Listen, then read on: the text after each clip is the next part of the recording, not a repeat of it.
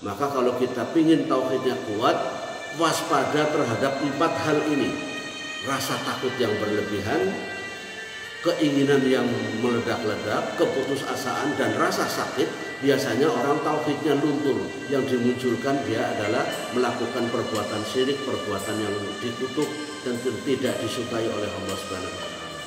Pesan pertama, pendidikan pertama seorang Luqmanul Hakim pada putranya adalah menanamkan tauhid. Sebelum kita lanjutkan, bantu dengan like, komen, subscribe, dan juga menyentuh lonceng sebelahnya biar tidak tertinggal dengan video manfaat lainnya. Assalamualaikum warahmatullahi wabarakatuh. Waalaikumsalam warahmatullahi wabarakatuh. Alhamdulillahi ahad, Allahus samad, lam yalid wa lam yulad wa lam yakul lahu kufuwan ahad. Assalatu wassalamu ala nabiyina Muhammad wa ala alihi wa ashabihi wa man tabi'a hudahu bi ihsanin ila yaumil mi'ad. Rabbi shrah li sadri wa yassir li amri wahlul 'uqdatam min lisani yafqahu qawli. Qala Allah Ta'ala fi kitabihil karim, a'udzu billahi minasyaitonir rajim. Bismillahirrahmanirrahim. Wa la tusahhir khaddaka lin-nas wa la tamshi fil ardi marha. Innallaha la yuhibbu kulla mukhtalin fakhur. Allahumma arhamna bil Qur'an. Alhamdulillah, bersyukur kepada Allah yang Maha Pemurah. Pagi hari ini kita masih dalam keadaan sehat walafiat, bisa melakukan aktivitas-aktivitas harian. Bersyukur juga kita mengawali aktivitas pagi hari ini diawali dengan sholat subuh berjamaah, dilanjutkan taklim. Mudah-mudahan ibadah kita mendapatkan pahala dan ridho Allah Subhanahu wa Ta'ala. Salawat dan salam semoga Allah limpahkan pada Nabi Muhammad sallallahu alaihi wasallam, kepada keluarga, sahabat dan seluruh umatnya. Mengawali kajian kita, moga kita awali dengan bacaan basmalah. Bismillahirrahmanirrahim. Sehat semuanya? Alhamdulillah. Mulai pagi hari ini nanti mungkin berseri kita akan membahas hal yang mendasar dalam kehidupan kita, yaitu tentang tarbiyatul aulad, pembinaan terhadap anak-anak. Ada surat Luqman, di situ digambarkan bagaimana metode seorang yang bijaksana bernama Luqman mengajarkan hal-hal pokok pada putra-putrinya. Nah, ini mungkin bisa kita teladani bagaimana biar kita merasakan indahnya anak-anak berbakti pada orang tua. Dari mana kita memulainya? Tentunya kita kaji bersama, suratnya adalah surat Luqman, ayatnya dimulai dari ayat yang nomor 13. A'udzubillahi minasyaitonir rajim. Bismillahirrahmanirrahim. Wa idh qala Luqmanu libnihi wa huwa ya'iduhu ya bunayya la tusyrik billah inna syirka la zulmun 'adzim. Allahumma arhamna bil Qur'an. Dalam bahasa kita, wa idh qala Luqman, ingatlah saat Luqman berkata libnihi pada putra-putrinya tentunya, wa huwa ya'iduhu, dan dia Luqman menasehati putranya. Kalimat nasihatnya adalah ya bunayya, wahai anakku, la tusyrik billah, janganlah kamu menyekutukan Allah. Inna syirka, sesungguhnya menyekutukan Allah itu la zulmun azim, sebuah dosa kezoliman yang besar. Kalimatnya di sini dengan wa'adha ya'izu mau'idhah, bukan hanya sekedar robba, mendidik atau allama, tapi dia itu memberi petuah. Jadi ini sifatnya di atas taklim, di atas dirosah. Wa huwa ya'izuhu, dan dia memberi petuah, menasehati kepada putranya. Kalimat yang diucapkan pertama adalah la tusyrik billah, jangan menyekutukan Allah. Anak-anak dalam ayat ini digambarkan di masa kecilnya sebaiknya sudah dibekali dengan tauhid yang kuat, iman yang kuat, ibadahnya tidak tercampur dengan kemusyrikan. Karena kata-kata la tusyrik billah ini berkaitan dengan bab ibadah. Dulu sudah kita baca ayatnya, wa'budullaha wa la tusyriku bihi syai'a, dan hendaknya kalian menyembah Allah dan tidak menyekutukan Allah dengan suatu apapun. Jadi kalau kalimatnya la tusyrik billah, ini artinya orang yang tidak menyekutukan Allah ini orang yang imannya kuat, akidahnya kuat, tauhidnya kuat. Bekal utama bagi anak-anak biar menjadi anak yang baik dalam konsep Al-Quran ini, pembinaannya adalah dibekali tauhid yang kuat. Berbicara tentang kemusyrikan kepada Allah, ini beberapa ayat bisa kita periksa.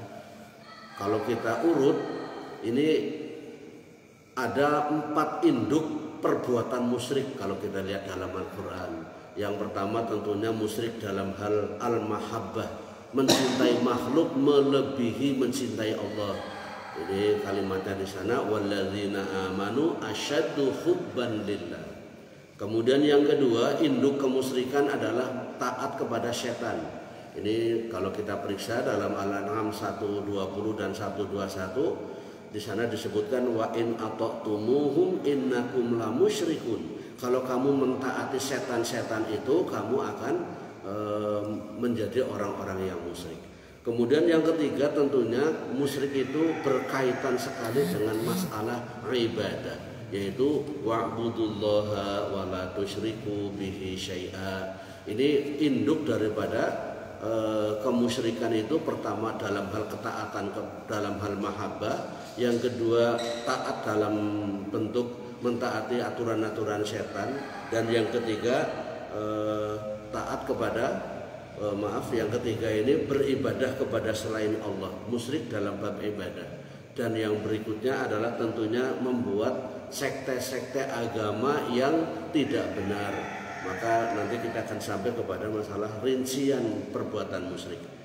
Kemudian saudaraku, seseorang itu akan tergelincir kepada perbuatan musyrik, ya ini manusia akan mudah atau ingin berbuat kemusyrikan manakala dia mengalami 4 hal. Ini anak-anak harus dibekali betul, jangan sampai terjerumus dalam 4 hal ini. Manusia akan tergelincir kepada perbuatan musyrik manakala yang pertama dalam keadaan takut. Nah, biasanya kalau dalam keadaan takut, anak-anak ini ya tidak cuma anak-anak, orang tua ini biasanya cenderung melakukan perbuatan kemusyrikan. Makanya mbah-mbah kita ada yang memberi tahu cara hidup aman, cara hidup damai ataupun tenang. Yaitu misalkan kalau melewati tempat yang angker, bilang, Mbah yang bau rekso, saya ini kalau ada yang tinggal di sini saya permisi, putunya aja liwat, ini cucunya mau lewat. Nah ini bentuk daripada pingin dapat rasa aman dari rasa takut. Dan ini perlindungan model adat seperti ini masuk dalam kategori kemusyrikan. Karena Nabi SAW mengajarkan kalau Anda melewati sebuah tempat yang angker, tempat yang serem, bacalah a'udzu bikalimatillahi tammati min syarri ma khalaq. Dibaca 3 kali, dijamin la yadurruhu syai'un, dia tidak akan mendapatkan bahaya apapun hatta yartahila, sampai keluar dari tempat itu. Kalau ngelewatin kuburan tidak usah gentar. Di situ hanya ada jasad yang sudah terpendam, tidak berdaya. Ada juga mungkin korin-korin orang yang masih hidup korinnya.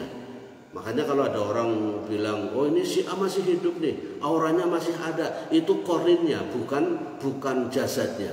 Rohnya sudah dibawa oleh malaikat.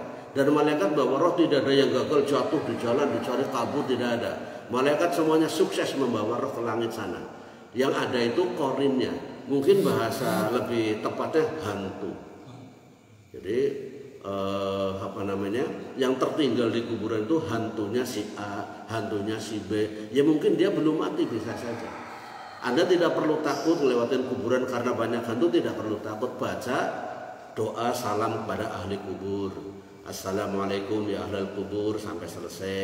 Karena di belakangnya ada kalimat wa inna bikum insyaallahu lahiqun. Kita juga akan nyusul kalian. Tidak perlu takut pada ahli kubur yang sudah meninggal dunia. Adapun kepada para korin, para hantu yang ada di situ, kalau kita agak sedikit-sedikit merasa terganggu, tidak nyaman, kan dalilnya ada wa imma yanzaghannaka minasyaiton nazghun fasta'iz billah. Mintalah perlindungan kepada Allah. Jadi kita naik mobil, naik motor, atau jalan kaki, atau naik sepeda ngelewatin kuburan, setelah baca salam kepada ahli kubur, sepanjang kuburan kita baca ta'awudz, a'udzubillahi minasyaitonirrajim, a'udzubillahi minasyaitonirrajim, sampai dengan melewati kuburan, atau diselingi a'udzubikalimatillahi tammati min syarri ma khalaq 3 kali. Boleh bernapas, karena ada sebagian ustadz yang bilang baca 3 kali tidak bernapas. Kalau lagi agak takut, orangnya gemuk, pintelu nggak bernapas, bisa berhenti napas nanti. Jadi tetap bernapas tidak apa-apa. A'udzubikalimatillahi tammati min syarri ma khalaq, bernapas, baca lagi. Yang penting 3 kali. Terus baca ta'awudz, nanti baca paket 3 kali lagi. A'udzubikalimatillahi tammati min syarri ma khalaq, tidak apa-apa. Sampai keluar dari kuburan. Kita tidak boleh takut pada setan, pada jin, tapi juga tidak boleh sombong. Melewatin kuburan, mana jin, mana, tidak boleh. Itu nanti kita akan jadi setan, karena sombong adalah pekerjaan setan. Jadi takut pada setan tidak boleh, sombong juga tidak boleh. Lalu bagaimana mensikapi setan? Ta'awudz, minta perlindungan kepada Allah. Al-istihadzah dalam Al-Quran disebutkannya fasta'iz billah, maka mintalah perlindungan kepada Allah. Pertama, manusia itu akan tergelincir tauhidnya, terjebak dalam kemusyrikan kalau rasa takut yang berlebihan. Yang kedua, kalau punya keinginan. Kalau punya keinginan, kadang-kadang orang ini berlebihan sampai mengorbankan keimanan. Kita kadang-kadang kalau di desa nih ya, kalau di kota karena nggak ada kepala desa, di kota adanya lurah, itu PNS. Kalau di desa orang mau pilihan kepala desa, kayaknya biasanya orang solih, orang baik, ahli masjid. Giliran nyalon kepala desa, oh semua dukun diundang ke rumahnya, dupa, asap kemenyan, apa segala macam.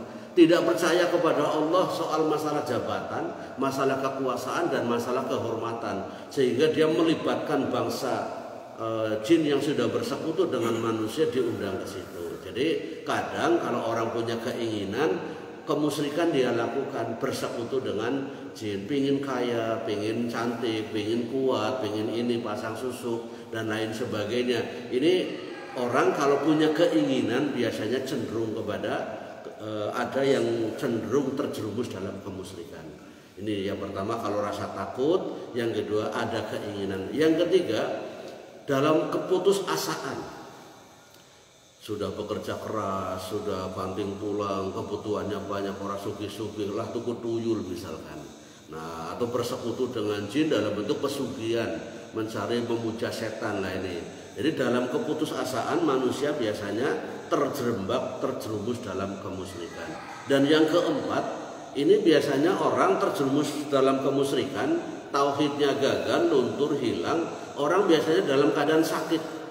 Kalau sakit itu pokoknya saya ingin sembuh, berobat ke siapa saja, apa saja yang harus dilakukan, yang penting saya sembuh. Nah ini kadang-kadang sampai ngawur, anak makan hal-hal yang haram, disyaratkan ini, itu, semuanya haram lah ini. Jadi manusia hati-hati, kalau 4 hal ini dilakukan, tauhidnya akan rusak dan dia terjebak dalam perbuatan kemusyrikan. Padahal kemusyrikan adalah la zulmun azim, perbuatan yang sangat tercela, dosa yang sangat besar.